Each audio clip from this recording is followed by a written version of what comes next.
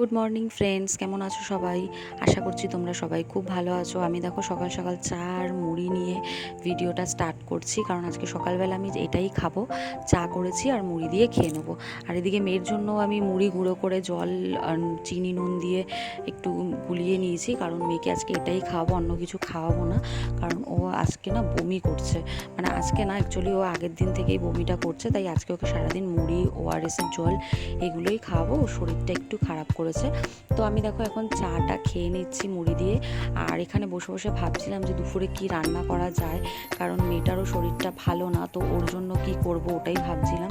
তো দেখছি আমাদের জন্য তো ফ্রিজে মাছ আছে, ওটাই করে নেবো। পাবদা মাছ রয়েছে ফ্রিজে, তো সেটাই করে নেবো। কিন্তু মেয়ের কথাটাই ভাবছিলাম কি করা যায়।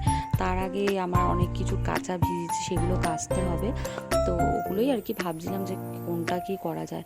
তো যাই হোক, দেখো চাটা খেয়ে নিয়েছি, এখন চলে এসেছি আমি ছাদে। আর আমার কিন্তু রান্নাবান্না সব কমপ্লিট হয়ে গেছে, আর মেয়েকে স্নান করানো হয়ে গেছে ঘুম থেকে তুলে। তো মেয়েকে নিয়েই ছাদে এসেছে। আর ও কি বলছে তোমরা শুনে বল। ফটো তুলবি? ফটো তুলতে পারবি? কিভাবে তুলবি ফটো আগে বল। হাসির ফটো? দেখ এরকম করবি মুখটা ফটো তোলার সময়, দেখা আগে দেখা।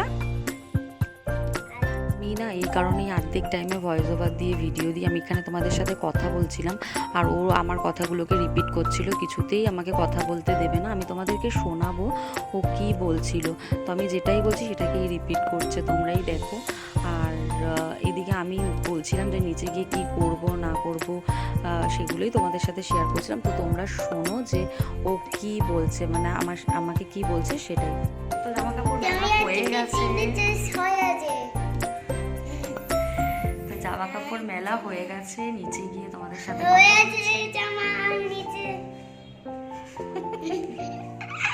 ও আমাকে কথা বলতে দেবে না, ও কথা বলতে দেবে না।